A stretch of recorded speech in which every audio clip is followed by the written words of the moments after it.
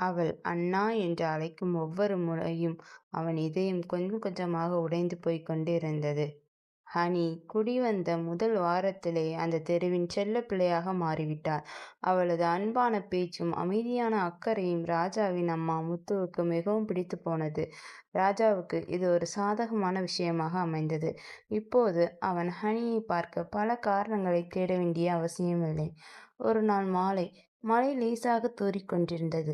ராஜா தன் அறையில் செமஸ்டர் தேர்வுக்காக படித்துக் கொண்டிருந்தான். அப்போது முத்து அம்மா குரல் கொடுத்தார். ராஜா, அந்த பொண்ணு ஹனி வந்திருக்கா பாரு. ஏதோ கணக்கு பாடம் புரியலையாம், கொஞ்சம் சொல்லிக் கொடுப்பா. ராஜா தன் புத்தகத்தை மூடிவிட்டு வெளியே வந்தான். ஹனி நனைந்த தலைமுடியுடன் கையில் ஒரு பெரிய மேக்ஸ் நோட்டுடன் சோபாவில் அமர்ந்திருந்தாள். ராஜாவை பார்த்ததும் அவளது வழக்கமான அந்த பிரகாசமான சிரிப்பை உதிர்த்தாள். ஹலோ ராஜா அண்ணா, இந்த ட்ரிக்னாமெட்ரி இருக்குல்ல, இது எனக்கு சுத்தமாக புரிய மாட்டேங்குது. நீங்கள் மட்டும் எப்படி படிக்கிறீங்க?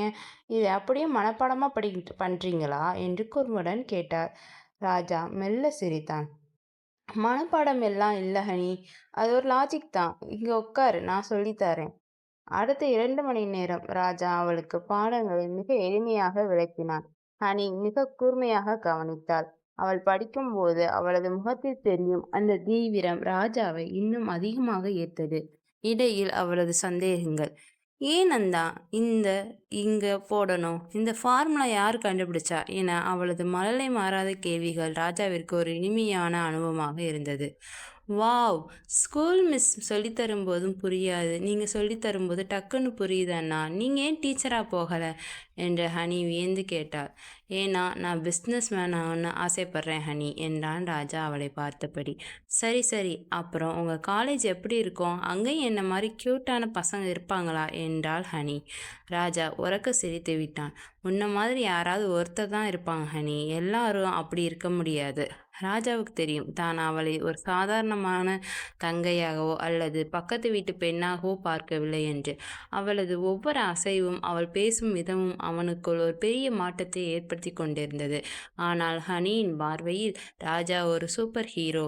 அவளுக்கு ஏதாவது ஒரு உதவி தேவை என்றால் முதலில் நினைவுக்கு வருவது ராஜா அண்ணாதான்.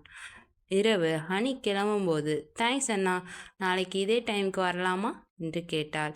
நிச்சயம் வரலாம் ஹனி, நீ எப்போ வேணாலும் வரலாம் என்று ராஜா சொன்னபோது அவன் கண்களில் ஒரு மென்மை தெரிந்தது. அவள் சென்ற பிறகு அவளது நோட்டிலிருந்து வந்த அந்த மெல்லிய வாசம் ராஜாவின் அறையெங்கும் நிறைந்திருந்தது. 4 வருட வயது வித்தியாசம் என்பது ஒரு பெரிய இடைவெளியாக அவனுக்கு தெரியவில்லை. ஆனால் அவனை அண்ணா என்று அழைக்கும் ஒவ்வொரு முறையும் அவனது இதயம் லேசாக வலிக்கத்தான் செய்தது. அந்த வலிக்கு நடுவிலும் அவளை பார்ப்பதும் அவளோடு பேசுவதும் அவனுக்கு பிடித்திருந்தது. இது காதலா, இல்லை ஒரு அழகான நட்பா? ராஜாவுக்கு விடை தெரியவில்லை. ஆனால் இந்த நிமிடம் அவனுக்கு பிடித்திருந்தது. ராஜா ஹனி இருவருடைய நட்பு இன்னும் நெருக்கமாகிறது. ஹனியின் பள்ளி ஆண்டு விழா வருகிறது. அங்கு ராஜாவிற்கு பெரிய அதிர்ச்சி ஒன்று காத்திருக்கிறது. அது என்ன என்பதை அடுத்த எபிசோடில் கண்டிப்பாக பாருங்கள். நன்றி.